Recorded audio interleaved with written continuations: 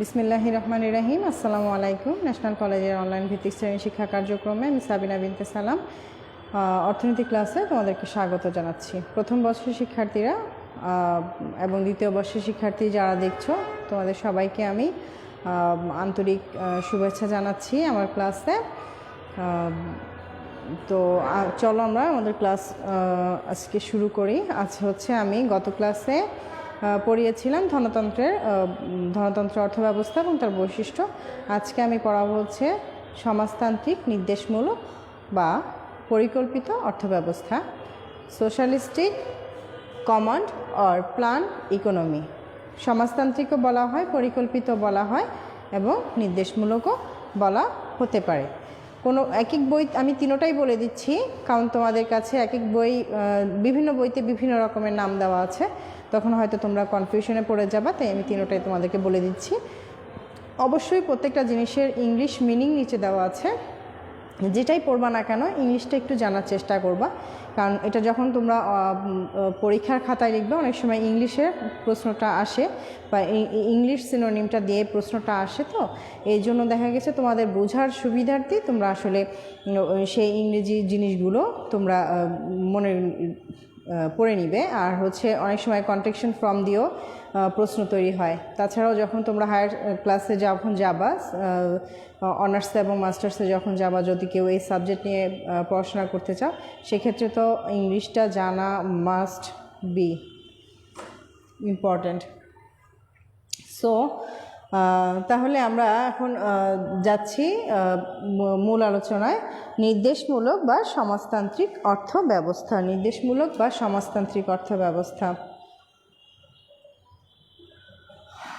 Role 8 JC আমার সাথে আছো, তোমাকে ধন্যবাদ। নির্দেশমূলক বা সমাজতান্ত্রিক অর্থব্যবস্থার প্রবক্তা হচ্ছে বৈজ্ঞানিক সমাজতন্ত্রবিদ কার্ল মার্কস। আমি কি বললাম যে বৈজ্ঞানিক এবং সমাজতন্ত্রবিদ হচ্ছে সমাজতন্ত্রের জনক কার্ল মার্কস।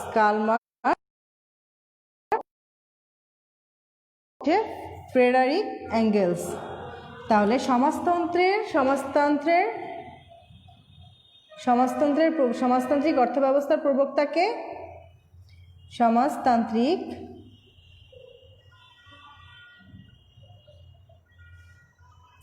অর্থব্যবস্থার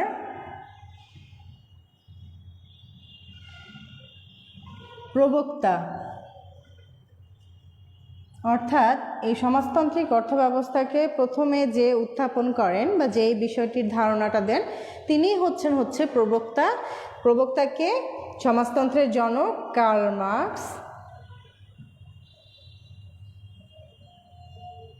মার্কস এবং দার্শনিক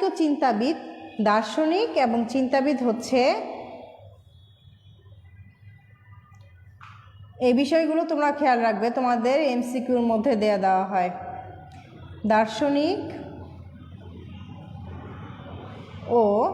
দার্শনিক ও চিন্তাবিদ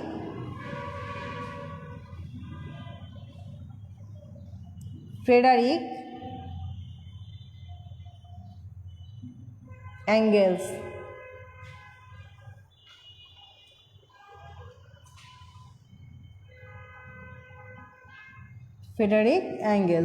তাহলে সমাজতান্ত্রিক অর্থব্যবস্থার প্রবক্তাকে হচ্ছেন, যে অর্থাৎ যে এই পদ্ধতিটা বা এই অর্থব্যবস্থাটা শুরু করেছিলেন কে? সমাজতন্ত্রের জনক কার্ল মার্কস এবং দার্শনিক ও চিন্তাবিদ ফ্রেডারিক এঙ্গেলস। তারপরে হচ্ছে আর এই সমাজতন্ত্রের গোড়াপত্তন হয়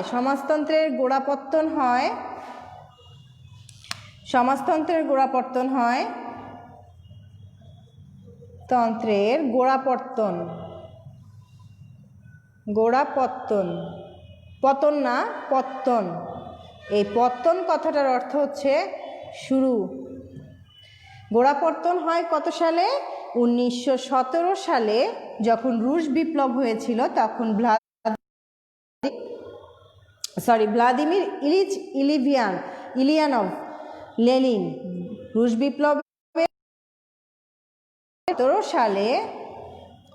1917 সালে রুশ বিপ্লবের পর রুশ বিপ্লব অর্থাৎ রাশিয়ায় যে বিপ্লবটা হয়েছিল সেটার পরে রুশ বিপ্লবের পর ভ্লাদিমির ইলিচ ইলিয়ানভ ভ্লাদিমির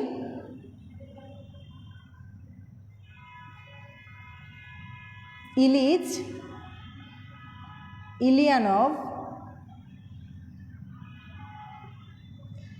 ইলিয়ানভ ওনাকে লেনিন বলা হয়। উনি কি শুরু করেছিলেন?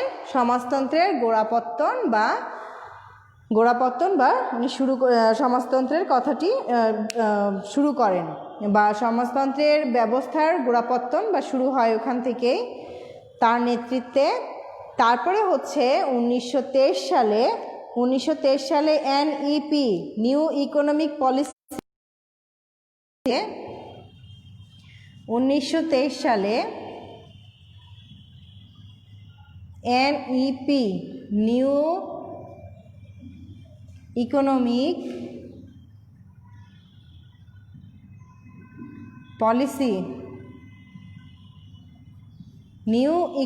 পলিসি এনইপি এই নিউ ইকোনমিক পলিসির মাধ্যমে সমাজতন্ত্রের কি হয়? অগ্রযাত্রা শুরু হয়।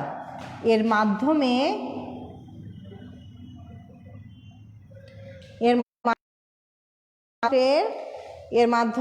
সমাজতন্ত্রের অগ্রযাত্রা শুরু হয়।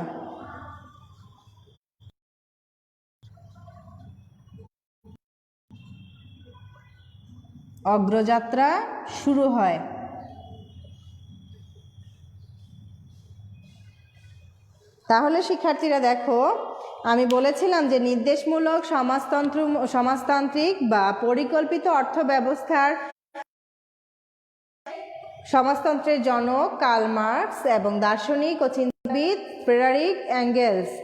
তারপরে সমাজতন্ত্রের গোড়াপত্তন অর্থাৎ এই রাষ্ট্রের যার নেতৃত্বে এই সমাজ ব্যবস্থা বা এই অর্থ ব্যবস্থাটা চালু হয় সেটা হচ্ছে 1917 সালে রুশ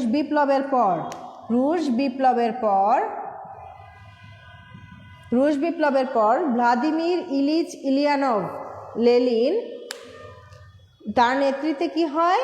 সমাজতন্ত্রের গোড়াপত্তন হয়। তারপরে হচ্ছে 1923 সালে এনইপি নিউ ইকোনমিক পলিসি কোনো একটা অর্থ ব্যবস্থা যখন সেই দেশে প্রচলিত হয় বা প্রচলন করা হয় বা শুরু করা হয় তখন সেটার কোনো নীতিমালার আলোকেই করা হয়। সেই নীতিমালাটা হচ্ছে এনইপি বা নিউ ইকোনমিক পলিসির মাধ্যমে মূলত সেটা স্বীকৃতি লাভ করে এবং এটার অগ্রযাত্রা শুরু হয়। তারপরে আসি 1930 সালে 1930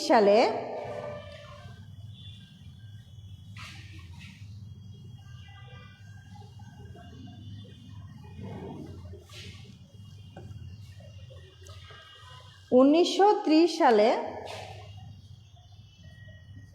তোমরা সালগুলো এবং নামগুলো অবশ্যই মনে রাখবে। 1930 সালে জোসেফ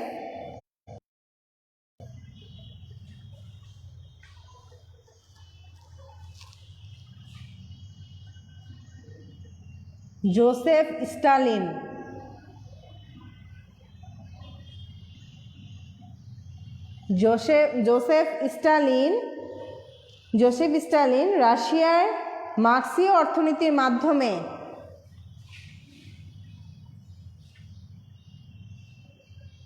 রাশিয়ায় মার্ক্সীয়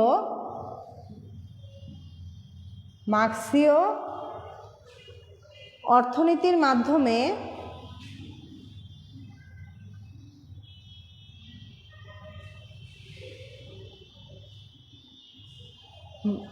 কি করেন? যে স্টালিনিস্ট গ্রোথ মডেল অর্থাৎ তার নাম অনুসারে স্টালিনিস্ট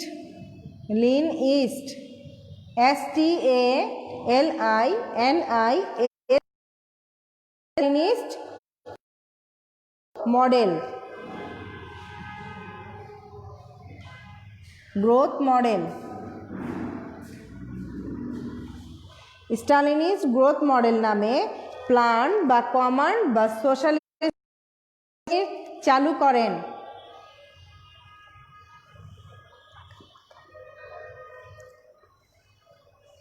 তাহলে আমি কি বললাম যে 1930 সালে জোসেফ স্টালিন রাশিয়ায় মার্ক্সীয় অর্থনীতির মাধ্যমে স্টালিনিস্ট গ্রোথ মডেল নামে প্ল্যান বা কমান্ড বা সোশ্যালিস্টিক ইকোনমি চালু করেন। তারপরে হচ্ছে 1985 সালে রাশিয়ার সমাজতন্ত্র পতনের মাধ্যমে সমাজতান্ত্রিক অর্থব্যবস্থার কি হয়, অবসান ঘটে। তাহলে এটার অবসান ঘটে কখন? 1985 সালে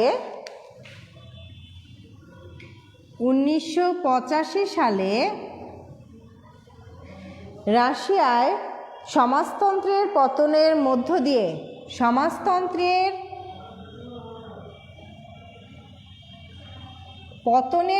দিয়ে অর্থাৎ সমাজতন্ত্রও শেষ, সমাজতন্ত্রের যে অর্থব্যবস্থা শুরু করেছিল সেটাও শেষ। 1985 সালে সমাজতন্ত্রের পতনের মধ্য দিয়ে এই ব্যবস্থার অবসান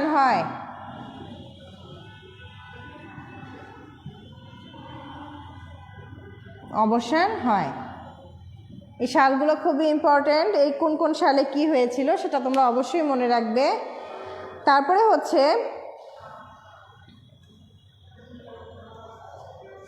এখন আসি যে নির্দেশমূলক বা সমাজতান্ত্রিক অর্থব্যবস্থার সংজ্ঞা নিয়ে। নির্দেশমূলক বা সমাজতান্ত্রিক অর্থব্যবস্থার সংজ্ঞায় আমরা বলতে পারি যে সমাজতান্ত্রিক অর্থব্যবস্থা হচ্ছে এমন একটি অর্থব্যবস্থা যেখানে অর্থনৈতিক কার্যক্রমের নিয়ন্ত্রণ কোনো কেন্দ্রীয় কর্তৃপক্ষের অধীনে থাকে এবং সম্পদের মালিকানা ব্যক্তির পরিবর্তে রাষ্ট্রের হাতে থাকে।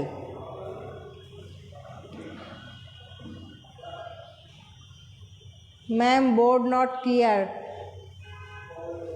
নেটজনিত সমস্যায় আসলে এরকম হয়েছে, তবে আমি বারবার বলছি, আমার মনে হয় তোমরা একটু শুনে লিখলে ভালো হয়। তাহলে নির্দেশমূলক বা সমাজতান্ত্রিক অর্থব্যবস্থার সঙ্গে আমরা বলতে পারি যে সমাজতান্ত্রিক অর্থব্যবস্থা হচ্ছে এমন একটি অর্থব্যবস্থা যে অর্থব্যবস্থায় অর্থনৈতিক কার্যক্রমগুলো রয়েছে বা সেগুলো নিয়ন্ত্রণ কে করে, কেন্দ্রীয় কর্তৃপক্ষের অধীনে নিয়ন্ত্রিত হয় এবং যে সম্পদের মালিকানা রয়েছে সেটা ব্যক্তির হাতে না থেকে সে সম্পদের মালিকানা হচ্ছে রাষ্ট্রের হাতে থাকে। অর্থাৎ রাষ্ট্রই হচ্ছে সব কিছু নিয়ন্ত্রণ করে। উৎপাদনের 4টি উপকরণ: ভূমি, শ্রম, মূলধন এবং সংগঠন। এর মধ্যে শুধুমাত্র শ্রমটুকু ব্যক্তির বা শ্রমিকের, আর বাকি 3টি উপকরণ যে রয়েছে এই 3টি হচ্ছে রাষ্ট্র নিয়ন্ত্রণ করে বা কেন্দ্র নিয়ন্ত্রণ করে। এই জন্য পল এ স্যামুয়েলসন, নোবেল বিজয়ী আমেরিকান অর্থনীতিবিদ বা আধুনিক অর্থনীতিবিদ বলা হয়, পল এ স্যামুয়েলসনকে বলা হয়। তিনি বলেছেন যে এই সংজ্ঞায় সমাজতান্ত্রিক অর্থনীতি হলো এমন এক ধরনের অর্থনীতি যেখানে শ্রম ব্যতীত উৎপাদনের অন্যান্য উপকরণের মালিকানা সমাজের বা রাষ্ট্রের হাতে থাকে। নোবেল বিজয়ী অর্থনীতিবিদ এবং আধুনিক অর্থনীতিবিদের জনক পল এ স্যামুয়েলসন বলেছেন সমাজতান্ত্রিক অর্থ ব্যবস্থায়, যেটি এমন একটি ব্যবস্থা যেখানে উৎপাদনের উপকরণ শুধু শ্রম বাদে বাকি 3টি উপকরণই হচ্ছে কি, যে সমাজের হাতে থাকে বা রাষ্ট্রের নিয়ন্ত্রণাধীন থাকে। তাহলে আমরা সমাজতান্ত্রিক অর্থনীতিকে এক্ষেত্রে যেহেতু রাষ্ট্রই এটাকে পুরোপুরি নিয়ন্ত্রণ করে, উৎপাদন কিভাবে করা হবে, কার জন্য করা হবে এবং কোন প্রক্রিয়ায় আসলে উৎপাদনটা করা হবে সম্পূর্ণই চিন্তাভাবনা কে করে, যে রাষ্ট্র করছে। তাহলে আমরা বলতে পারি যে একে যেহেতু রাষ্ট্র নিয়ন্ত্রণ করে, তাই এখানে এই সমাজতান্ত্রিক অর্থব্যবস্থাটাকে অনেক ক্ষেত্রে বলা হয় নিয়ন্ত্রিত অর্থব্যবস্থা বা কন্ট্রোল, নিয়ন্ত্রিত অর্থনীতি বা কমান্ড ইকোনমিও বলা হয়। তো এর মধ্যে সমাজতান্ত্রিক দেশগুলো হচ্ছে, বর্তমানেও এই সমাজতান্ত্রিক অর্থব্যবস্থা প্রচলিত আছে উত্তর কোরিয়া,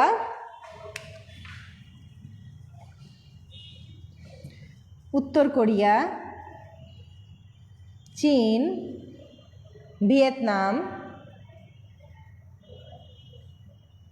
ভিয়েতনাম, তারপর হচ্ছে এবং পূর্ব ইউরোপের পোল্যান্ড, হাঙ্গেরি, রোমানিয়া, পূর্ব ইউরোপের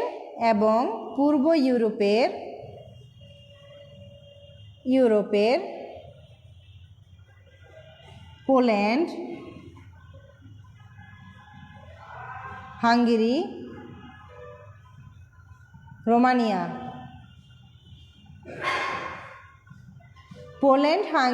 রোমানিয়া, তাহলে শিক্ষার্থীরা দেখো যে উত্তর কোরিয়া, চীন, ভিয়েতনাম এবং পূর্ব ইউরোপের পোল্যান্ড, তারপরে হচ্ছে হাঙ্গেরি এবং রোমানিয়া, এই কয়েকটি দেশে এখনও সমাজতান্ত্রিক অর্থব্যবস্থা চালু রয়েছে। আমি এই সূত্রটা কোথা থেকে পেয়েছি সেটার উৎসটা আমি লিখে দিচ্ছি। উৎস হচ্ছে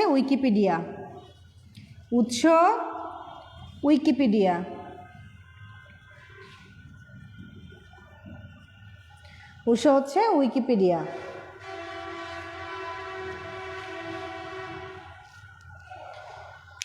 এখন আমরা আসি যে নির্দেশমূলক অর্থনীতির বৈশিষ্ট্যসমূহ। নির্দেশমূলক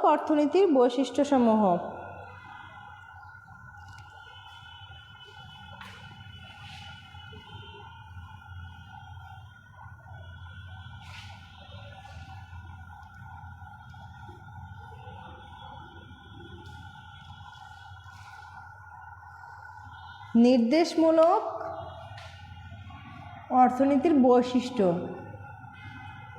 আমি প্রথমে বৈশিষ্ট্যগুলো লিখে নিব, তারপর হচ্ছে এক এক করে তোমাদের সাথে সেটা আলোচনা করব। প্রথম বৈশিষ্ট্যটা আমি লিখছি, রাষ্ট্রীয় মালিকানা।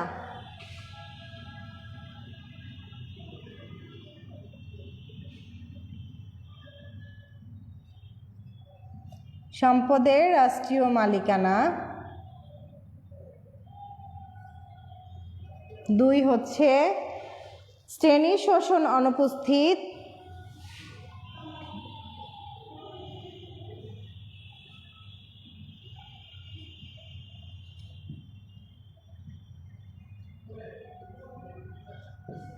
3 হচ্ছে বাজারে অবাধ প্রতিযোগিতার অনুপস্থিতি।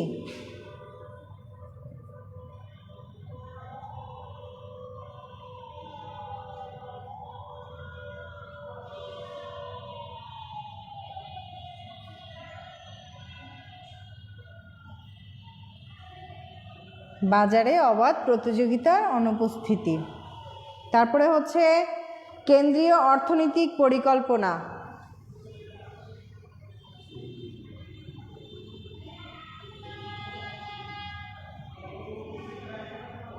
পরিকল্পনা।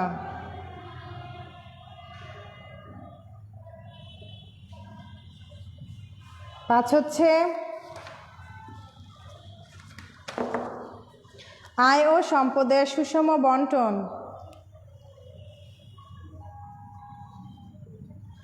আয় ও বন্টনের সুষম বন্টন। 6 হচ্ছে কাজের পরিমাণ ও গুণ অনুযায়ী পারিশ্রমিক বন্টন। কাজের পরিমাণ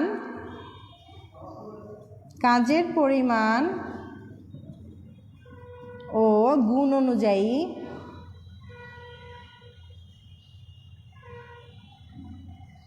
বন্টন। 7 হচ্ছে স্বতঃস্ফূর্ত উৎপাদন পদ্ধতি। উৎপাদন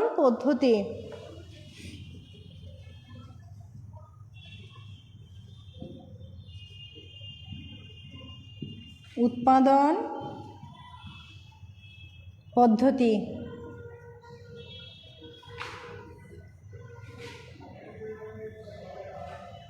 তারপরে হচ্ছে সর্বাধিক সামাজিক কল্যাণ, সর্বাধিক সামাজিক কল্যাণ।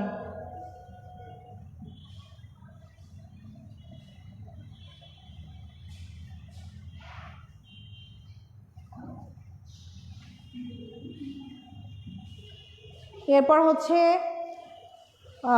শোষণমুক্ত কেন্দ্রীয় পরিকল্পনা,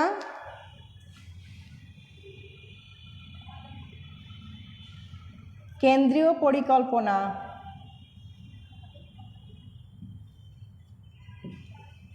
তারপর হচ্ছে সামাজিক নিরাপত্তা,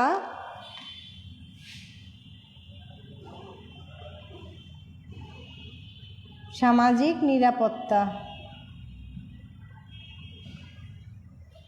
সামাজিক নিরাপত্তা। এরপর হচ্ছে শোষণমুক্ত সমাজ,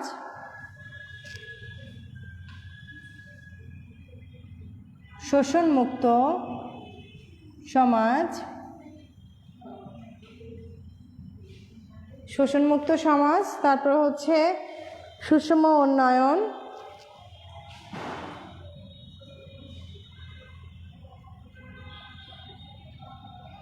সুষম উন্নয়ন। তারপরে মুদ্রাস্ফীতি,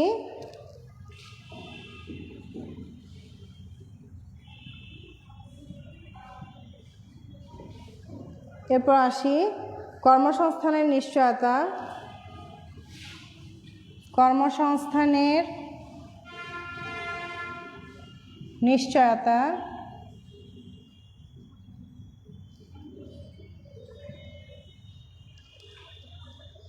ভোক্তার চাহিদার উপর নিয়ন্ত্রণ, ভোক্তার চাহিদার উপর নিয়ন্ত্রণ।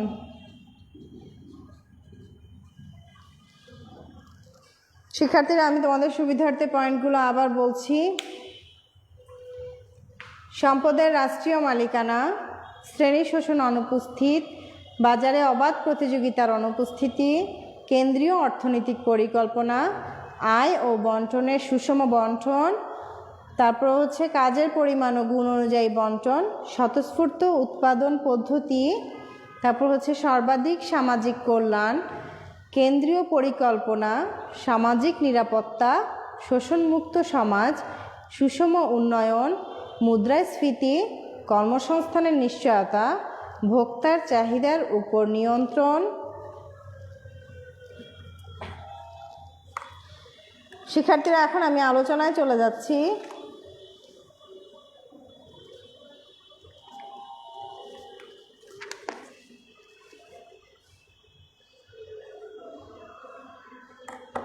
প্রথমটা আমি বলেছিলাম যে সম্পদের রাষ্ট্রীয় মালিকানা, সমাজতান্ত্রিক অর্থ ব্যবস্থায় জমি, কলকারখানা এবং অন্যান্য যে মালিকানা সম্পদ রয়েছে সেগুলোর মালিকানা কার হাতে?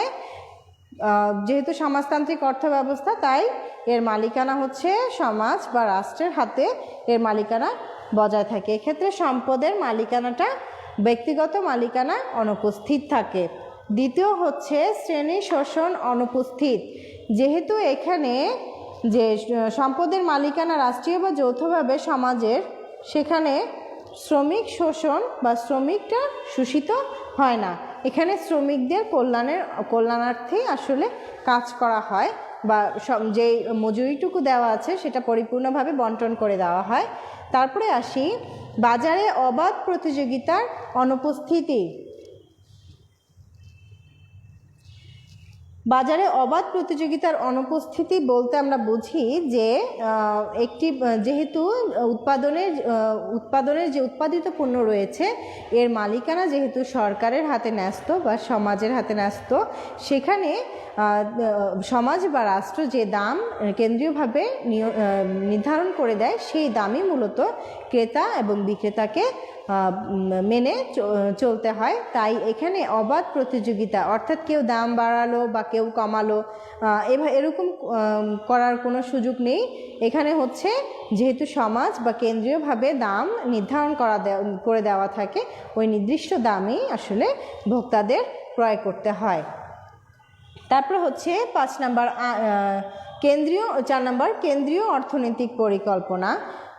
সমাজতন্ত্রে ভোক্তা বা ক্রেতার চাহিদাকে নিয়ন্ত্রণ করা হয়। এরূপ ব্যবস্থায় কি কি দ্রব্য উৎপাদন করা হবে, কার জন্য দ্রব্য উৎপাদন করা হবে এবং কিভাবে সেটা উৎপাদন করা হবে, এর টোটাল যে অর্থনৈতিক সমস্যার সমাধানের যে পরিকল্পনাটুকু রয়েছে, অর্থনৈতিক পরিকল্পনাটুকু, সেটা মূলত কে করে? সেটা কোনো ব্যক্তির হাতে ন্যস্ত নয়, সেটা সমাজ যেহেতু নিয়ন্ত্রণ করে এবং পুরোটাই হচ্ছে সমাজ বা রাষ্ট্র বা কেন্দ্র নিয়ন্ত্রণ করে। তারপর আসি আয় ও বন্টনের সুষম বন্টন। আয় ও বন্টনের সুষম বন্টন, যেহেতু সম্পদের ব্যক্তিগত মালিকানা এখানে অনুপস্থিত এবং কেন্দ্রীয়ভাবেই যেহেতু সরকার সব কিছু করে থাকে, তাই সরকার সম্পদের যে আয় করে থাকে সেটা জনগণের কল্যাণার্থে আবার সুষমভাবেই সেখানে বন্টন করা হয়। তারপরে আসি কাজের পরিমাণ ও গুণ অনুযায়ী বন্টন। কাজের পরিমাণ এবং গুণ অনুযায়ী বন্টন, এক্ষেত্রে আমরা বলতে পারি যে ধনতন্ত্রের ন্যায় বা ব্যক্তিগত অর্থব্যবস্থার ন্যায় কী করা হয়? সমাজতন্ত্রের মধ্যে শ্রমিকের চাহিদা যোগানের দিকটি বিবেচনা করা হয় না। এখানে শ্রমিকের দক্ষতা এবং গুণ অনুযায়ী বা কাজের পরিমাণ এবং গুণ অনুযায়ী কী করা হয়? তার পারিশ্রমিকটা দেওয়া হয়। তারপরে আসি স্বতঃস্ফূর্ত উৎপাদন পদ্ধতি। স্বতঃস্ফূর্ত উৎপাদন পদ্ধতি, যেহেতু উপকরণের মালিক, উৎপাদনের 4টি উপকরণ ভূমি, শ্রম, মূলধন এবং সংগঠন, এই 4টি উপকরণের মালিক সম্পূর্ণভাবে হচ্ছে রাষ্ট্র বা সমাজ বা কেন্দ্র। সেহেতু সে কী করে? এখানে মালিক এবং শ্রমিকের মধ্যে কোনো ভেদাভেদ থাকে না, তাই তারা স্বতঃস্ফূর্তভাবে উৎপাদন প্রক্রিয়ায় অংশগ্রহণ করে। তারপরে আসি যে সর্বাধিক সামাজিক কল্যাণ। সর্বাধিক সামাজিক কল্যাণে আমরা বলতে পারি যে রাষ্ট্র বা সমাজের মূল লক্ষ্য হচ্ছে যে সমাজের যে জনগণ রয়েছে তাদের কল্যাণ নিশ্চিত করা। তো সেক্ষেত্রে সর্বাধিক সামাজিক কল্যাণ রাষ্ট্র কী করে? এখানে যে তার যে সীমিত সম্পদ রয়েছে সেটা দিয়ে সে কীভাবে উৎপাদন করবে, কি উৎপাদন করবে এবং কার জন্য উৎপাদন করবে, এই 3টি ব্যবস্থার সমন্বয়ে সে কী করে? জনগণের জন্য উৎপাদন করে থাকে এবং উৎপাদনের জনগণের সার্বিক কল্যাণটা যেভাবে জনগণের আসলে কল্যাণ সাধন করা হয় সেটা সে খেয়াল রাখে। তারপরে আসি কেন্দ্রীয় পরিকল্পনা। এখানে যে অর্থনৈতিক পরিকল্পনাগুলো হয় যাই হোক না কেন, সেখানে সম্পূর্ণ নিয়ন্ত্রণ কার থাকে? কেন্দ্রের বা রাষ্ট্রের। সেই জন্য বলা হচ্ছে যে কেন্দ্রীয় পরিকল্পনার দায়িত্বটা এখানে রাষ্ট্রের। তারপর হচ্ছে সামাজিক নিরাপত্তা। যেহেতু এখানে সমাজের জনগণের অভিভাবক হিসেবে রাষ্ট্র বা কেন্দ্র দায়িত্ব পালন করে, তাই তার নিরাপত্তার দিকটিও কী করে? সমাজ বা রাষ্ট্র বা কেন্দ্র দেখাশোনা করে। তারপরে হচ্ছে শোষণমুক্ত সমাজ। যেহেতু এখানে শ্রমিক মালিক সম্পর্ক ভেদাভেদ থাকে না, তাই শ্রমিকরা এখানে কখনো শোষিত হয় না, তারা তাদের শ্রম অনুযায়ী বা কাজ অনুযায়ী তারা পারিশ্রমিক পেয়ে যায়। তাই এখানে শ্রমিকের শোষণ হয় না, সেজন্য এখানে শোষণমুক্ত সমাজ গঠন করা হয়। তারপরে হচ্ছে সুষম উন্নয়ন। সুষম উন্নয়ন, যেহেতু রাষ্ট্রীয় মালিকানায় সব কিছু পরিচালিত হয়, সেহেতু কি করা হয়? যে সমাজের সব ক্ষেত্রেই যেন কল্যাণ হয়, সেই জন্য প্রত্যেকটা সেক্টরেই হচ্ছে সুষম উন্নয়নের চেষ্টা করা হয়। তারপরে আসি মুদ্রাস্ফীতি। যেহেতু নির্ধারিতভাবে সরকার বা রাষ্ট্র একটি পণ্যের দাম নির্দিষ্ট করে দিয়ে দেয়, তাই ওই নির্দিষ্ট দামে ক্রেতা এবং বিক্রেতাকে মেনে চলতে হয় বা দ্রব্য ক্রয় বিক্রয় করতে হয়। সেহেতু এখানে দাম বাড়িয়ে মুদ্রাস্ফীতি বা দাম কমিয়ে মুদ্রা সংকোচনের কোনো সুযোগ থাকে না। তারপরে আসি কর্মসংস্থানের নিশ্চয়তা। যেহেতু জনগণের সব কিছুর নিরাপত্তার, সামাজিক নিরাপত্তা, আর্থিক নিরাপত্তা, সব কিছুর অভিভাবক হিসেবে যেহেতু রাষ্ট্র কাজ করে, তাই তার এই নিরাপত্তার দিকগুলো তাকে দেখতে হয় এবং জনগণের আর্থিক নিরাপত্তা তখনই হয় যখন সে পরিপূর্ণভাবে কর্মসংস্থানের মধ্যে প্রবেশ করে। তাহলে দেখা যাচ্ছে যে কর্মসংস্থানের নিশ্চয়তার বিষয়টিও কে করছে? এই রাষ্ট্র পরিচালনা করছে। তারপরে আসি ভোক্তার চাহিদার উপর নিয়ন্ত্রণ। ভোক্তার চাহিদার উপর নিয়ন্ত্রণ, সমাজতন্ত্রের দ্রব্যের চাহিদা ক্রেতার নির্বাচন বা পছন্দের উপর নির্ভর করে না। কেন্দ্রীয় পরিকল্পনা কর্তৃপক্ষের পরিকল্পনা অনুযায়ী দ্রব্য সামগ্রী আসলে উৎপাদিত হয় এবং বাজারে বিক্রি করা হয়। অর্থাৎ ভোক্তা এখানে কি পছন্দ করলো সেই অনুযায়ী কিন্তু বাজারে দ্রব্য সামগ্রী উৎপাদন করা হয় না বা বাজারজাতকরণ করা হয় না। এখানে রাষ্ট্র সমাজের কল্যাণার্থে যেটা ভালো মনে করবে তা রাষ্ট্রের সুবিধা অনুযায়ী রাষ্ট্রের পরিকল্পনা অনুযায়ী সমাজের কল্যাণার্থে রাষ্ট্র সেই কাজটা করে থাকে। তাই এখানে ভোক্তার চাহিদার উপর অবশ্যই নিয়ন্ত্রণ আরোপ করা হয়। এই গেল মূলত সমাজতান্ত্রিক অর্থব্যবস্থার বৈশিষ্ট্যসমূহ। তবে পরিপূর্ণভাবে সমাজতান্ত্রিক অর্থব্যবস্থা পৃথিবীর এখন বর্তমানে ওই কয়টি দেশ ছাড়া তেমন একটা পরিলক্ষিত হয় না, কারণ এই সমাজ ব্যবস্থার মধ্যেও কিছু অসুবিধা রয়েছে তারপরেও কিছু অসুবিধা রয়েছে।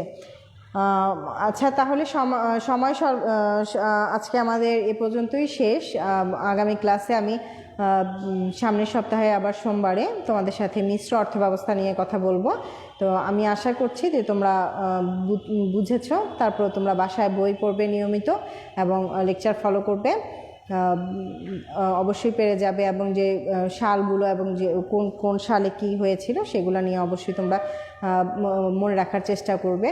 তো সবার সুস্থতা কামনা করে শেষ করছি। আসসালামু আলাইকুম, সকলকে ধন্যবাদ।